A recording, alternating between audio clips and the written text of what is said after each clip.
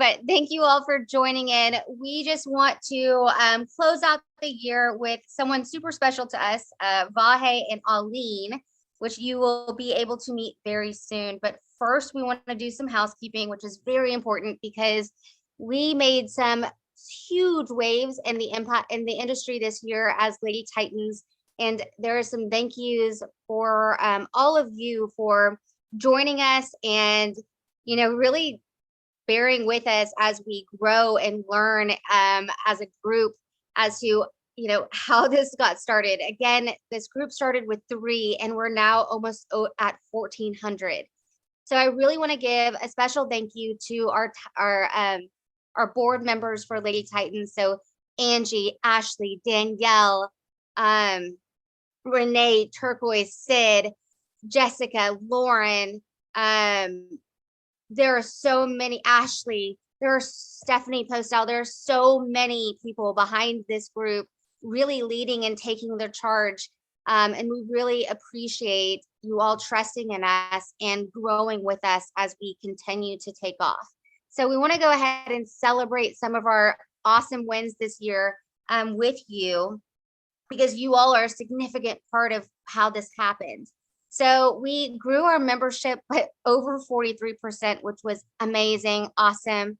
And really Pantheon kicked it off, and we're looking to take Forge and go forward even more next year. We were able to partner with Tools and Tiaras and Give Back, Women in HVACR, Women in Plumbing and Pipe. We have had over 12 women in the trades with recordings that we are being able to promote for them. At Women in HVACR, Stephanie Postal just took the reins by the horn, and she crowdsourced with other Lady Titans over $90,000 for Women in HVACR. Completely awesome and huge. Yeah. And then we started a swag shop so that we could help give back to the trades even more. And we really appreciate and fund scholarships and events and do all these great things that we really want to plan for next year. We can't wait to see you at Pantheon. We're planning on doing something pretty big there, hopefully a Lady Titans Roadshow. And we will be at other events like we were this year.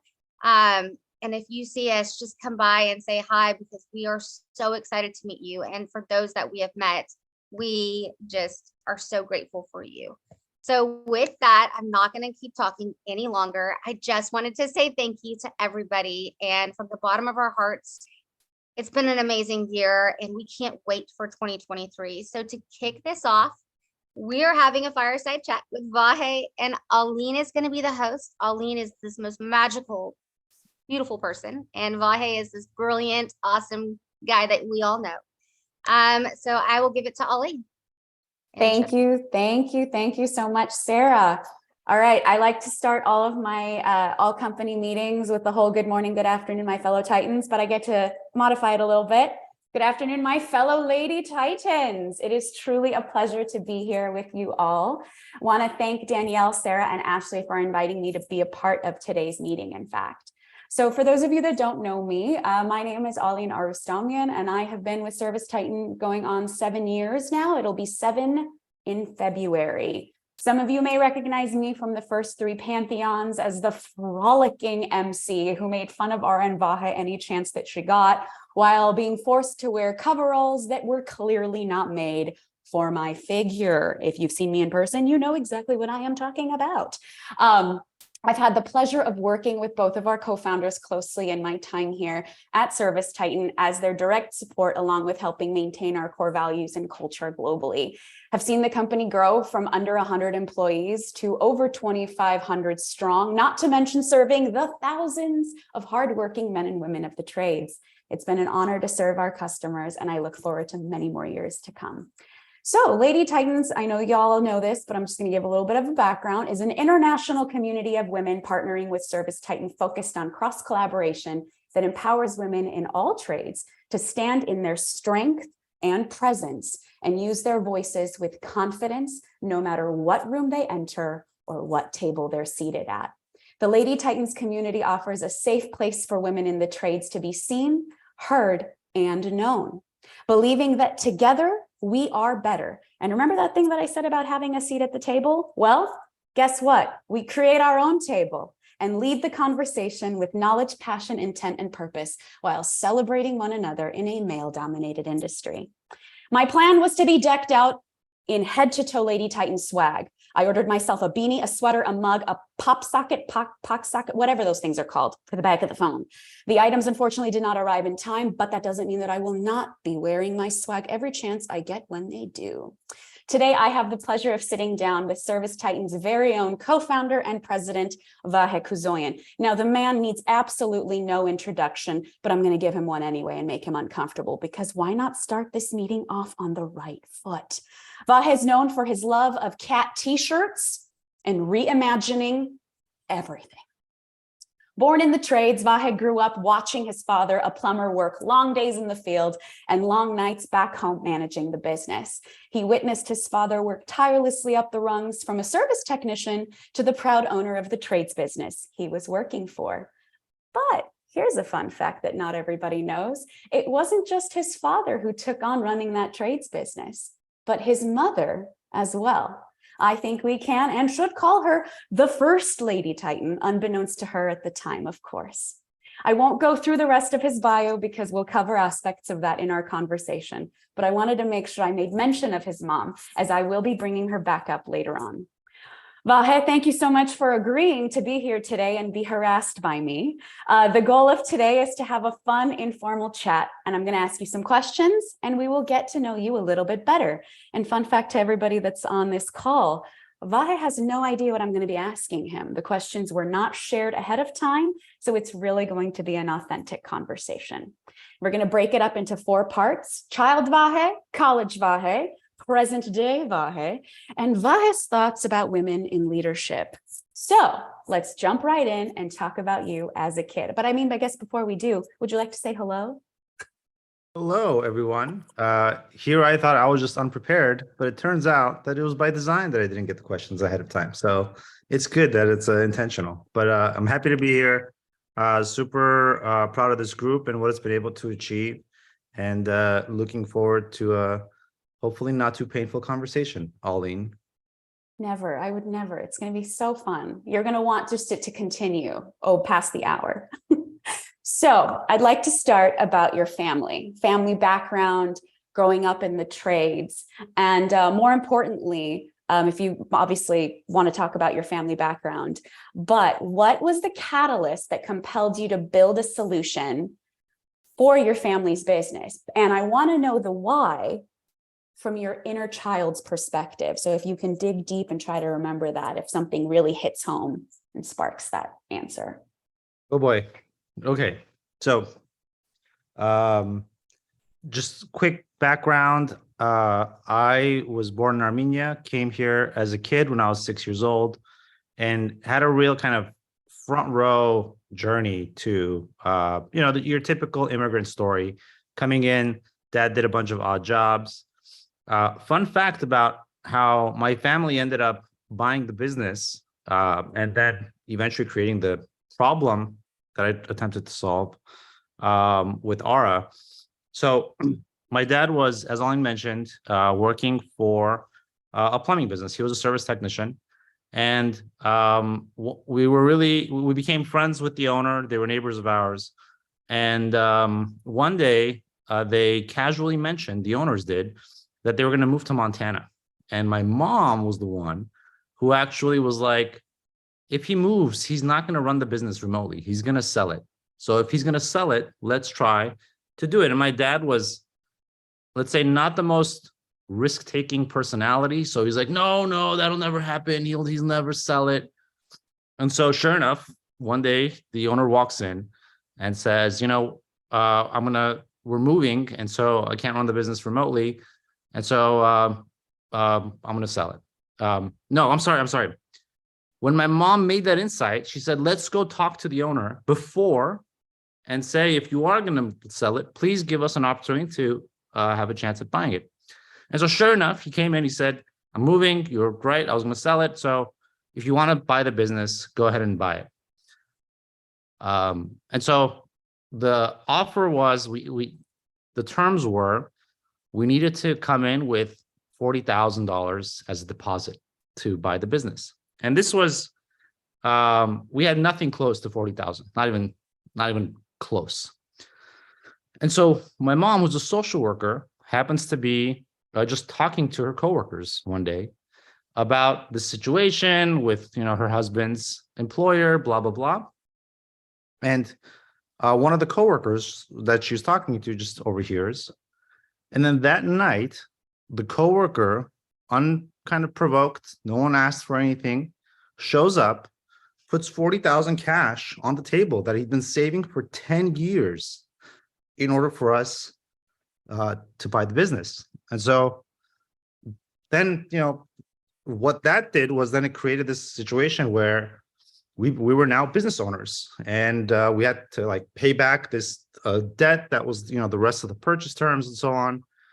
And so at that time, I was in college, and it was very clear that I had zero mechanical aptitude. I mean, I couldn't even hold the flashlight correctly. So like doing any sort of contribution in the field, nobody had any even promise of anything happening. And so the only place left for me to, be useful in some capacity was in the office. And, I walked in and I saw this blinking green light that was the software that they were using, no mouse. In fact, the way that software worked was there was a customer record, and then there was 13 lines, and each line was 78 characters long. And so my dad, anytime he'd do a job, he just like had this cryptic code thing where he would like, for every row, he would put whatever he could and then the total number of the job. And if you happen to do a 14th job, well, he would just write over the first line. And so maximum 13 job history, that was the limit of this thing. And that was kind of the point at which I was like, oh, maybe I could do something here. And of course, classic engineer, I completely underestimated how much it would take. I was like, 3 months, 4 months, I'll slap something together. I'll be on my way.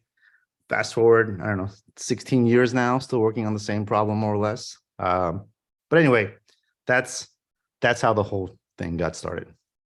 And, as I talk through it, I realize we are totally not highlighting the role that, you're right, my mom played in the whole thing. Like my dad is all over the place on the website. We should highlight my mom as part of the next thing. Because if like she hadn't been the one that was like nudging, hey, this guy's gonna sell, we should do something. Like it's very, very possible none of that stuff would have happened. I mean, she ended up running the office afterwards anyway, but that's a separate story. It's a very good insight, Elaine.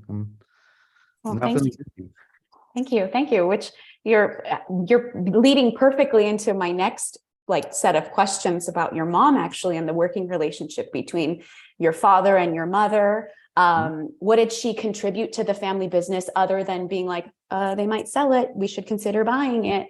And how did you feel when you saw them working together? Oh my gosh. Yeah. Does someone still have a landline? This one does. Go ahead, Vahe. Well, I mean, look, anytime you introduce the stress and burden of running a business to a relationship, like that's obviously going to create pressure points. But it was clear that like my dad, his heart was being in the field. Like he loved solving problems for customers and going in and figuring it out and all that kind of stuff. He was not a fan of the business side. He was not a fan of running the back office and AR and AP and dealing with vendors and all this kind of stuff. Like that was not his jam at all. And so that's what my mom ran. And so she was very much kind of a big part of the operation. And she basically handled, outside of managing the guys in the field and making sure that, the work in the field was going on. I mean, everything else from call center to, payroll and everything else was done by her. So she was like a big part of doing, in fact, from a ServiceTitan perspective, she was probably the more, active user than my dad was. Very interesting. Knowing both of them and seeing how they are so well paired together just as people, it makes sense that it also translated into the business, which then, led to what you ended up doing and all of that. But obviously pre-ServiceTitan, I'm sure everybody wants to know this, I do, is what was your dream job as a child? I mean, like, if you could do anything in the world, like snap your finger, what would it have been? So I was like super annoyed by this question anytime my mom would ask me. And so I developed this whole thing in my childhood where anytime she would ask me, I'll be like, oh, my dream job is to be a UPS driver. They could drive with their door open. They were in shorts all day. It's the dream job, Mom. It's the dream job. And then she'd be like, oh my God. Like, and then she would kind of like freak out. So that was my upset my mother answer growing up. But there was a time where I really wanted to be a fighter jet pilot. That was like my thing as a kid. I was like, I really, really want to fly these cool airplanes. And then at some point along the way, I realized that maybe not the best career for raising a family and everything else. And then I discovered that there's like computers and stuff, and people can be very successful dealing with these things. So very early on, I remember starting probably around 5th grade, literally almost every teacher that I talked to, I would go begging for them to teach me how to program. And I didn't really even understand what programming meant. And it took me a while. It took me until high school before I found a teacher who was able to like at least point me in the right direction. And so there was a pretty early like draw towards technology, computers in general. I studied that in school. So once I realized I'm not going to be a fighter pilot, this was kind of the distant second option, but that's life.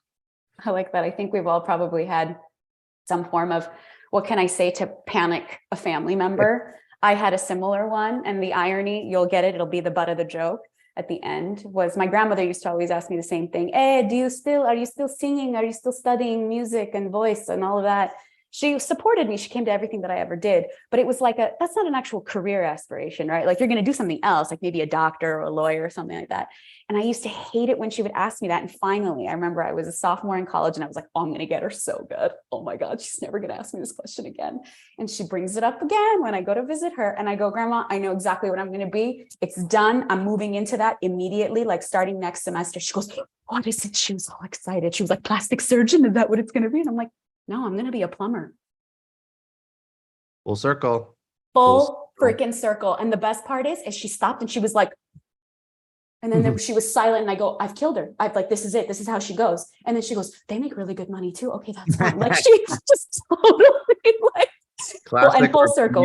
Grandmother, fully practical.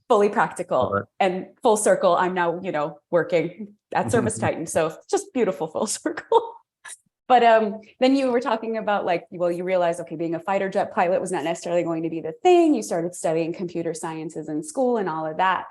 But again, wanting to get into the head of Vahe, if you could describe college Vahe in 2 words, what would they be? And I want wrong answers only, like the most absurd, like ridiculous thing. Oh man.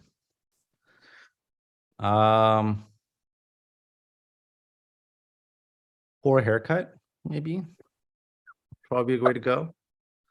I had some really bad decisions regarding my hair when I was in college. I think that's at the top of the list. Yeah. Oh,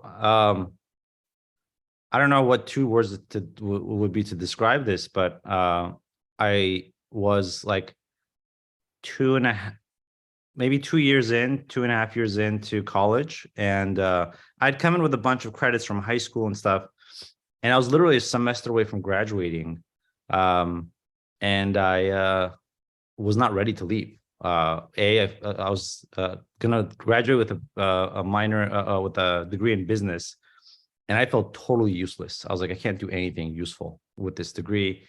Plus, the real reason, I was having such a great time at school, just partying all day. So I was like, I do not want to leave either. And so I ended up double majoring in computer science and neuroscience, and just leaving with a minor in business, mostly because I was enjoying myself too much at school. So that's bad haircut, like to have fun. I think that would be the combination I would use to describe. Because that's normal. You know, most people like struggle with one major and he picks a difficult one. And then it's like, I'm just going to double major in neuroscience, which like, what? Okay, sure. Way to one up like all of us combined. Thanks so much. But there's like a whole backstory of thanks to you, you went to college and you wanted to stay there and you became the president of the ASA, and that led you to have a ski trip that you helped plan. And then that led you to meet a certain somebody who calls you his better half. I'd have to agree. You know, what was he, if you can remember, what was he wearing and what was the item you guys cheers to, how you met? If you can tell that brief story, just because I don't think a lot of people know how you even met Ara. So the way Ara and I met, we were both students at the time.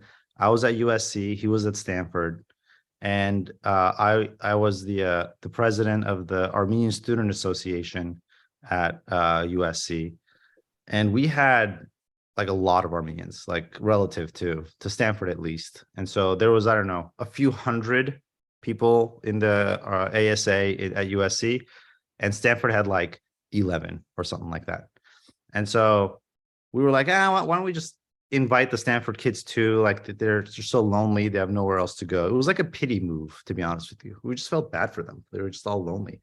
And so we invited Stanford to the thing. And I show up to, it's like a small town by LA. It's like a ski town.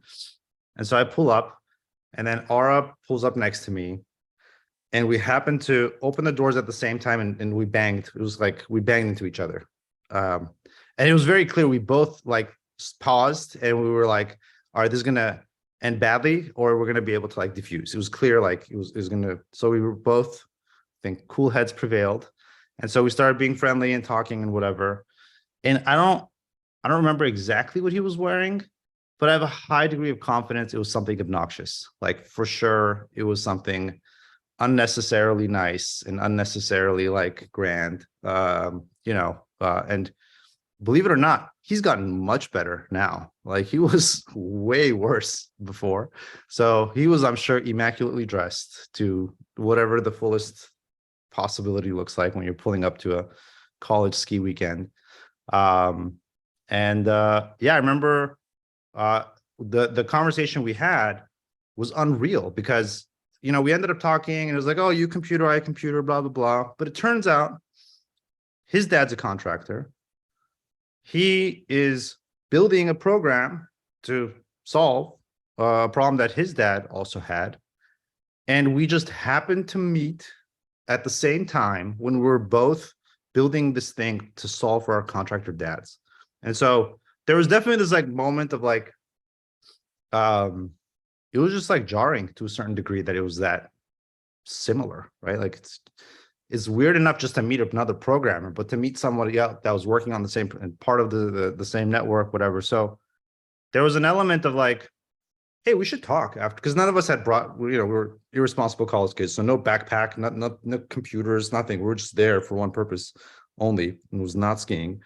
And then we met up afterwards at,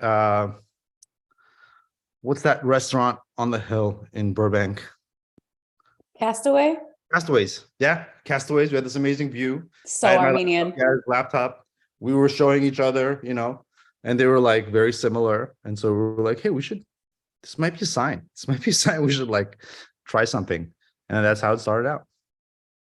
That is how it started out. And you guys had very interesting stories of how it began, the uphill climbs, the bumps in the road and all of that stuff, or how you like to call them, the potholes. You kept hitting, finding the potholes and finding yourself in them. And there's one moment that was like the defining element within, you don't have to tell the whole story because I want to focus on your mom about this story. But there was like a pitch day that the two of you went to that you guys were basically ready to give up, if I'm not mistaken, and something happened. You got an opportunity. And of course, what did your mom do? And you were like, Mom, we're not going to someone's house. Like, what's happening? So how did she contribute? And I'd like to think she had a very big part in this. How did she contribute to like the pitch that changed the history of ServiceTitan? Yeah. So to set the scene, it's like 5 years into the ServiceTitan journey at this point. We were 5 years in. I just got married and had a kid. Ara was just about to get married. And this is what we like to call the Will Smith years, because it was just the two of us at that time for 5 years. And so it's now at this point where, and that year, the amount of earnings, the amount of bacon I brought home for my new son and wife and all that was $25,000, living in LA. And so I was not a happy camper at that time, not feeling super great about myself and my self-worth or any of that stuff. And so there's this whole sequence of really crazy things that happened that then resulted in this like Hail Mary. I mean, this was like the last ditch effort. And we were like middle of breaking up and phone call came in last minute, yada, yada. It's now time to go to this pitch. And so we're about to leave to get on an airplane and go do this pitch. And my mom walks in with a box of Armenian pastries and a bottle of cognac. And we're like, okay, thanks, Mom, but what's going on? And so she goes, well, you're going to someone's place of business for the first time. You're not going to go empty-handed. And then we're like, that kind of makes sense. And then what ended up happening is we get to the airport. And of course, we're late. And of course, there's like a line around the block. And we ended up using the cognac to bribe TSA to let us cut. So then we can barely make it onto the flight. And we landed at the place at like in the evening time. And our pitch was the next day at 4 o'clock. And we just stayed up all night because we had to like put it together. There's like these last minute things we were doing. And the entire time from the flight to the hotel, whatever, we were just like eating these pastries. And so by the time that it got time to actually go present, we'd finished all the pastries, like this giant box, because that's all we ate the entire time. We were just like heads down working. And so it's very possible we would have gone to that meeting with a bunch of hanger and had the worst presentation or not even made the flight. So another moment where Mom comes in for the clutch move. Always. You know how we have like, it says powered by ServiceTitan? Then we should have Ara and Vahe powered by Gata at that moment, which is just so perfect. Yeah, Mom came in clutch, always. No matter how much we fight it, they always come through. Always. There was a question in the chat. I'm going to go off of my little script here, but I'm sure a lot of people want to know, it's not just you, Michelle, but how did we come up with the name ServiceTitan? Was it something magical, or it was like, I had no idea. That's just it. That's all we could come up with. It was the only available domain. I'm serious. Sorry, Michelle. We had like 17 other choices before that. It was the only one we could find. And then Ara made the logo, but when I saw it, I was like, oh my God, that's the USC Trojan logo. But first of all, he hates USC. I mean, there's a whole bunch of reasons for that, but he's not a fan. And so I realized he didn't see the connection there. So I just stayed quiet. I was like, that looks great. That's a great looking logo. And then until years later, where it was too late to change, I was like, aha, it actually looks like this. And I'm going to take credit for it from now on. And it was hilarious. Did he react like flames coming out of the side of his face? Yeah, flames from the side of my face. Shock. Yeah, because he made it. And it's a great looking logo, but it was funny how we ended up with the thing. Again, full circle. Somehow you came full circle. I came full circle. Like, one day he'll come full. The name, like literally the only reason why we got it was because the domain was available on GoDaddy, and we're like, oh, get it right. Because the first name was terrible. Like when we first started the company, the name was Links Logic, and we actually didn't even change the email domain until like feels like a few months ago, maybe a couple of years ago. And so it was funny because we would hire people and then they'd get their acceptance email from Links Logic, and then they'd be like, what kind of switcheroo is this? I thought I was flying to. So it took a while before we cleaned that up. Well, where did Links Logic come from? Oh God, it was such a terrible idea. The reason why I called it Links Logic, which was the worst name ever, was that we would link different types of logic, Links Logic. Yeah, exactly. Our marketing game has gotten much better over the years. We were able to, yeah, that's how bad it was. Yeah, you know, Exactly. we need to move on before we focus Yeah, on exactly. on linking the logic, because there's no linking of the logic. I'm kidding, it's fun. Okay, we're fast forwarding now to present day Vahe. Again, they're playful. Don't get too like, oh gosh.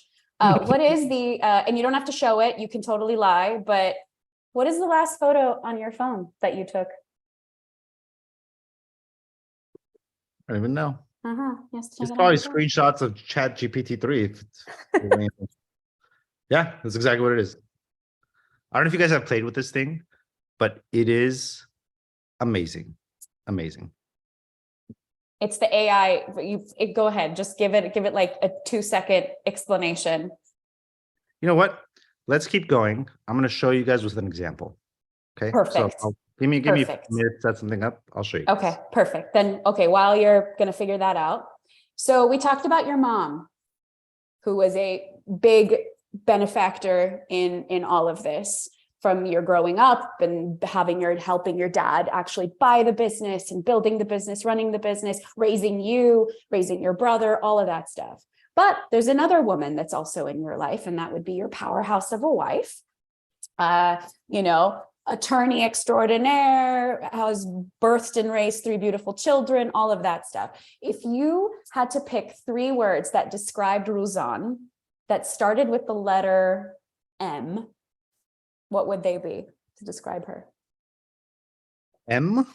M. Or pick another letter, whatever you feel comfortable with. I just picked M. I don't know why. Because M is mom. I don't know. Motherly? I'm gonna get in trouble if she finds out I didn't think of something like sexy and cute with the letter M. I won't tell her. Don't worry. I promise. This is she'll find out. what happens. What happens at the LadyTitans meeting stays. The LadyTitans meeting. There's one thing, women. She will find out one way or another. She will find out. So, no, I mean, or just pick 3 words. Three things to describe Ruzan. How's that? Forget the letter. Smart, beautiful, funny. Look at that. Look at that. That was so easy. You didn't even have to think about it. It came so naturally, which is wonderful. Thank you, Vahe.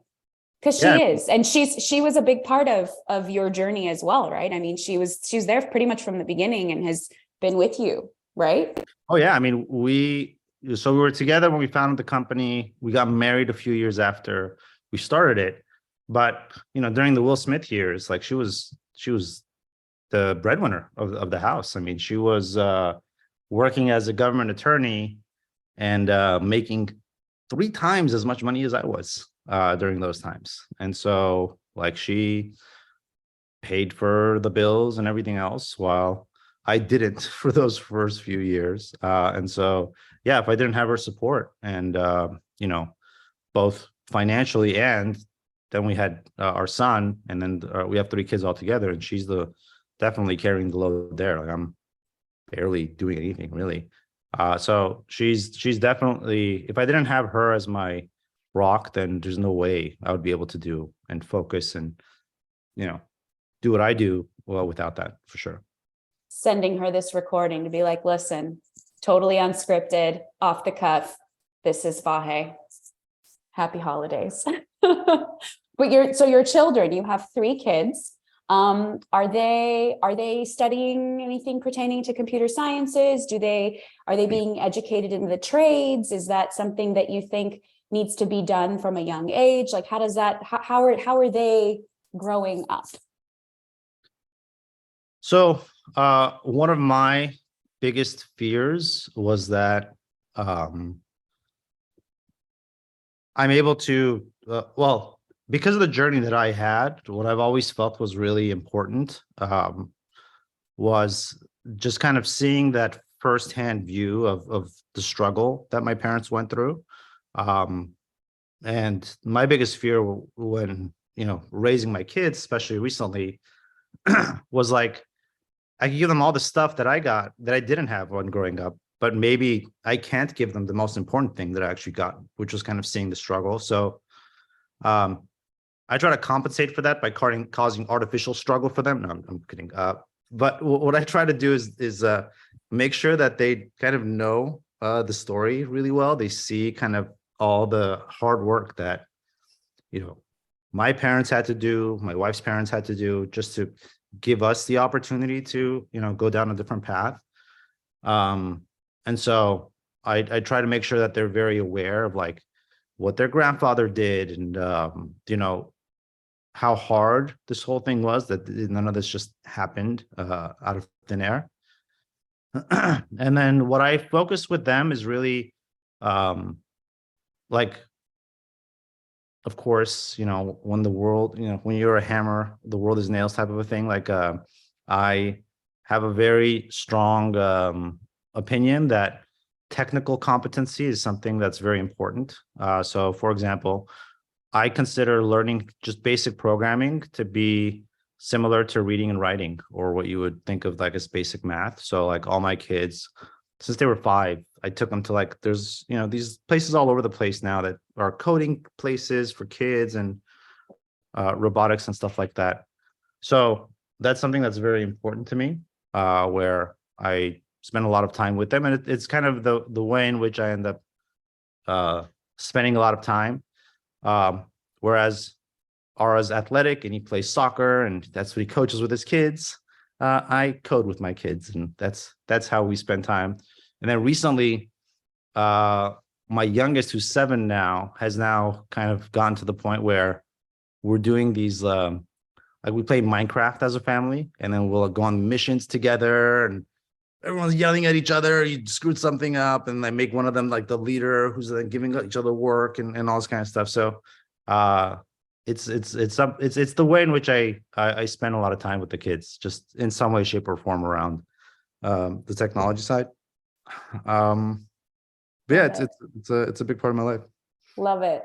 I can tell y'all firsthand that his children do know how to code and are really into it, because one of my first memories of his oldest son was Ruzan had dropped Ben off at the office. This was many years ago.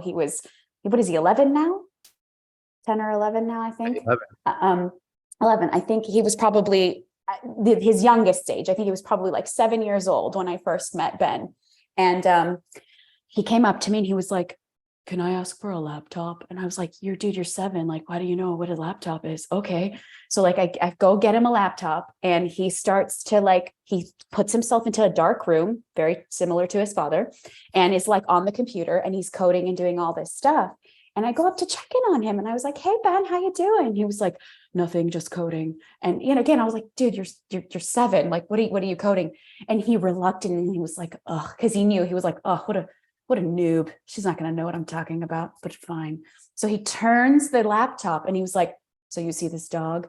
Yeah, I made that dog, literally." And he's like, "You see that's in space? I made it in space. The dog is in space. And if I move the arrow to the right, the dog moves to the right. And if I move the arrow to the left, the dog moves to the left." And I was like, "So if you move the arrow up, does the dog go up?" And he was like, "No, it flips over. What's wrong with you?" Like, it was just like the funniest thing. And I was like, "My God, it's amazing." And they start at such a young age. I barely know how to use my own laptop. I probably shouldn't announce that. So this is being recorded. I work at a tech company, but it is what it is. Too late. You can't get rid of me. But it's really incredible, and it's so wonderful that you do that with your children, and that you have those moments of similarity and working together. And like now the whole Minecraft thing, it's not just coding individually, but you work together as a team. And I think that that's beautiful, and may it continue. And who knows what he's going to build one day. And maybe collectively, it was like the Kuzoyan kids, like create like ServiceTitan 2.0 or whatever. They're going to reimagine ServiceTitan. You just watch. They have the reimagining gene, and they're going to all of a sudden reimagine it. But moving into present day regarding your thoughts on leadership and women in leadership. And we spoke a lot about your mom, we spoke a lot about your wife, and speaking on how your mom impacted how you grew up significantly. How could a women's empowerment group for the trades, like we are all here today, have been a benefit to your family at that time? Obviously, this didn't exist back then, but could it have really furthered it along, maybe shortened the amount of time it took for things? Yeah, I think one of the ways that it's fun for me to think about is if my mom was, in the community forums today and she was able to engage, would this group create the space for her to, engage in a way to either learn things that would benefit the business or make her feel like that she's part of a community that's supporting each other and all that. And I think that she would have actually been an active member, and maybe we should just pull her in and have her be like an ambassador or something like that. But I think she'd actually dig that. But I think she definitely would have been in the prime audience because she was kind of pulled into the business by her husband. This was not kind of where she was a teacher as her background. And so I think having, especially if you're a woman coming into this industry, as you guys know better than I do, it could be a little intimidating sometimes. And then that's true for a lot of industries, unfortunately. But this one in particular, I think, just from the nature of the work and such, I think it's an extra kind of imbalanced, we'll call it, industry. And so, to me, it's actually a very important problem to think about, which is how can you make it easier, remove some of the friction to engage women in this industry more broadly, right? Because I mean, everyone knows that this is a incredibly important industry with an incredibly kind of constrained set of people that are in it. And it's funny, Bill Gates was giving a speech once in Saudi Arabia where it was just men in the hall. And he said something to the effect of, how can you solve this problem if half the people aren't in the room? And I think, this industry can basically have that same criticism made of it, right? Whether it's in the field or it's in the office.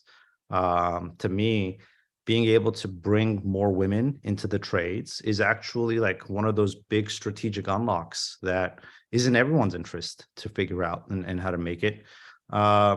Especially given that it's an amazing industry, right? Like it could create opportunities for people and give them a path towards a better life. And so I think the focus and the work that this group does is inspiring, and I'm glad to be able to support it in whatever way I can.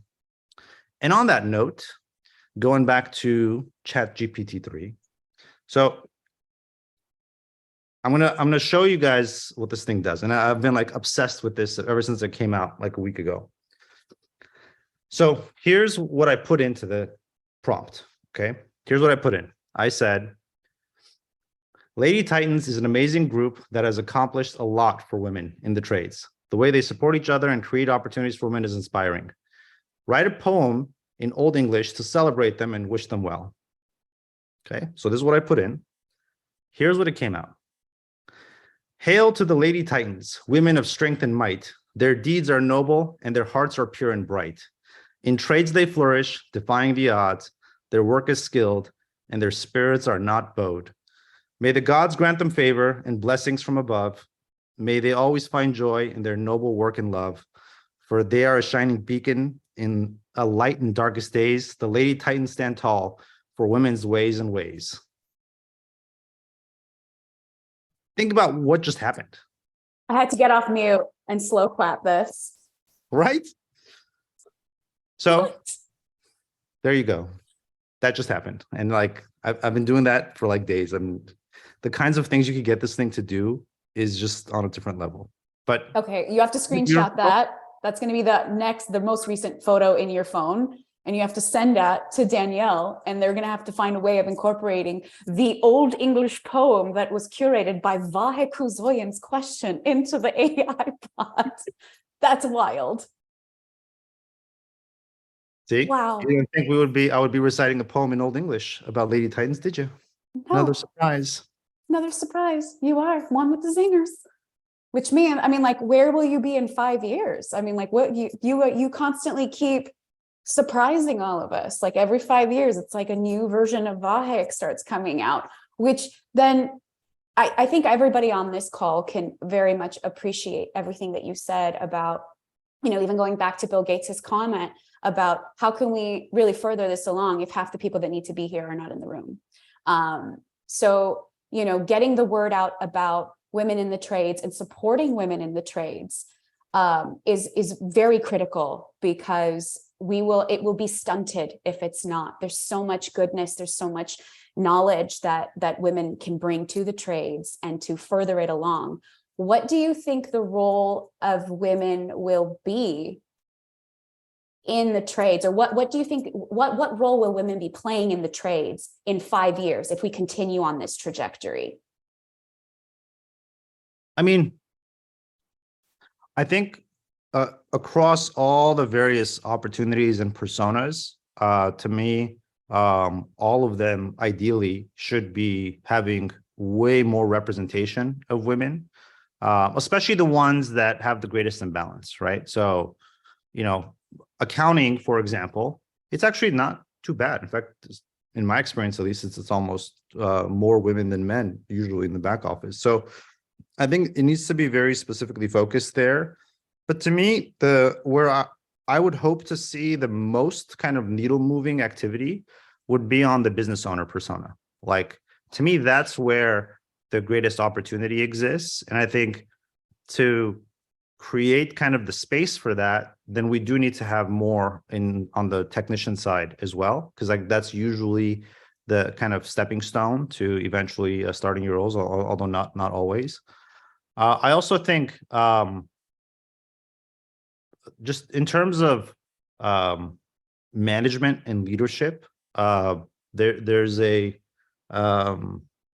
different energy that I feel like women generally bring to those types of roles, especially when it's a room full of men. And so, and I'm speaking from experience on the ServiceTitan side. I've seen many times where we'll have a team that's primarily men, and then there's a certain dynamic there. And then when we start to have even a single female join, much less multiple, the dynamic changes in a very positive way, where it's a lot more able to be speaking from kind of a group context versus pounding chests and other stupid things meant to do more than women, although women are not immune to that either. So I think there's a lot of opportunity within this industry that could benefit significantly from more women engaging. But like I said, the area that would be most exciting to see is just a lot more on the owner side. Owner, leader. I have a question here that was specifically, if they wanted me to read it as the last one, and Okay. It comes from Breen Brown, and it is the perfect segue into that, because it's not just about owners, but it's also about leaders.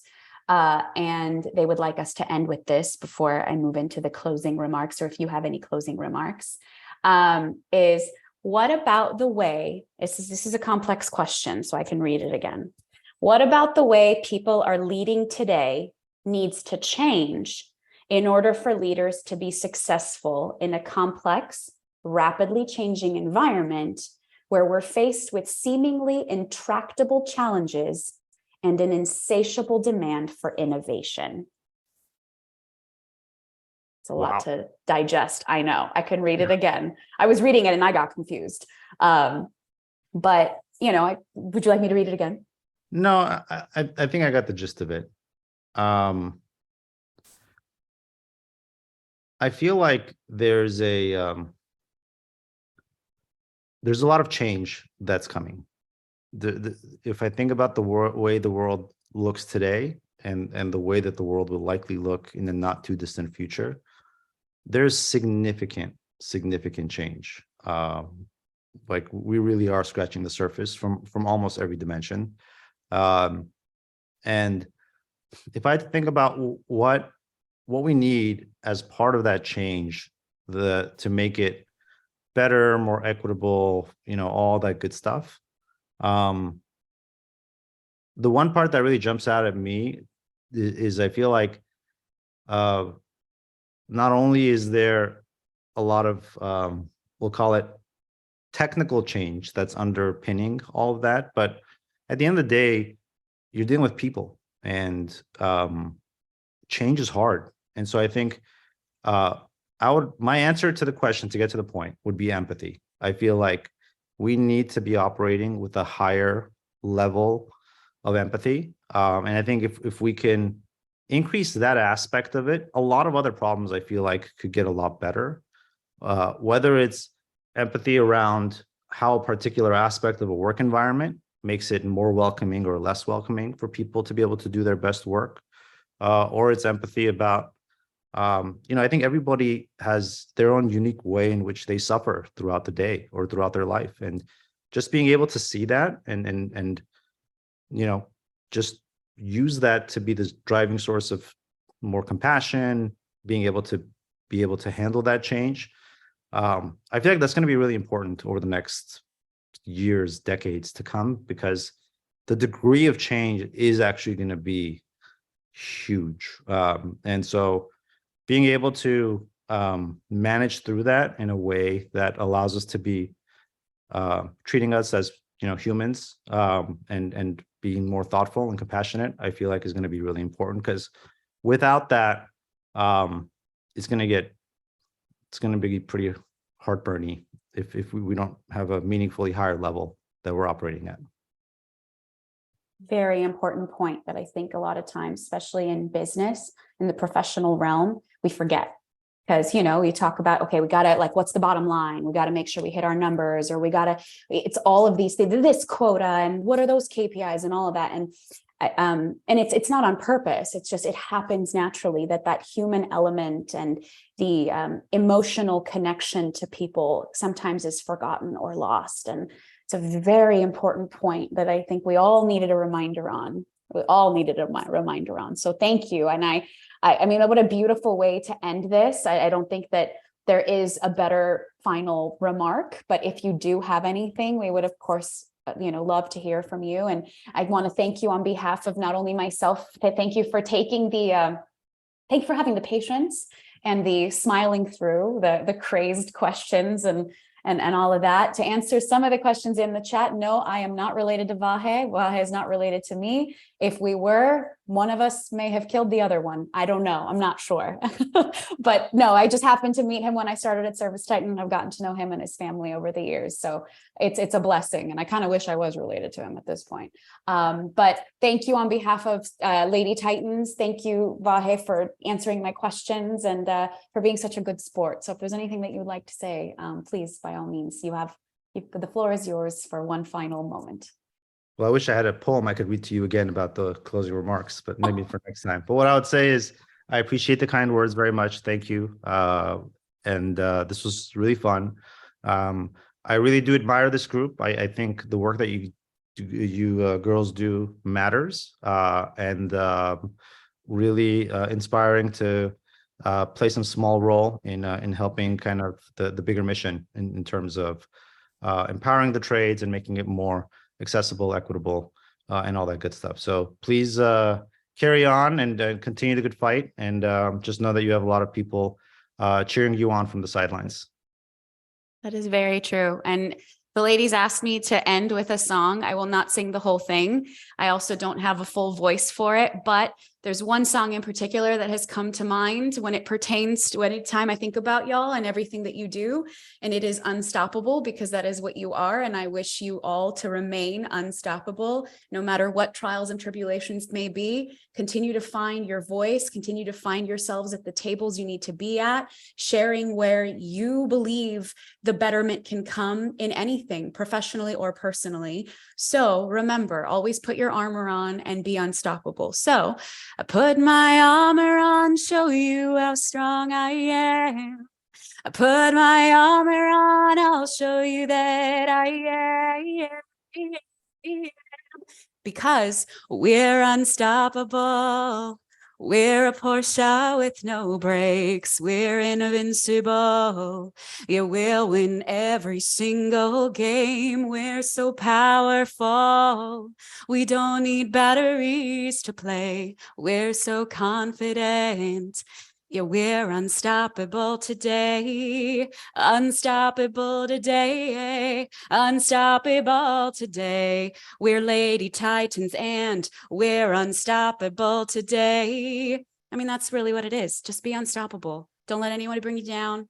Fight the fight and continue to just blow the horn and let the world know. If I had a mic drop, I would drop it. And thank you, Ollie. What an amazing host. Thank you. Thank My you pleasure. so much. Happy holidays, Lady Titans. Have a great day, holiday. We love you. Love you all. Yes, and thank you so much, Vahe. Thank you, Arlene, for joining us. We really My appreciate it. pleasure. My pleasure. See you Bye-bye. at Pantheon. Let's do this. Yeah, We'll see Pantheon. you before then. Heck yeah. I know that'd be nice, but if anything, please come and say hello. If you do come to Pantheon and you see me, come and say hello because I want to meet you in person. Okay, with that, I'm leaving. Bye. Happy holidays. See you guys next year.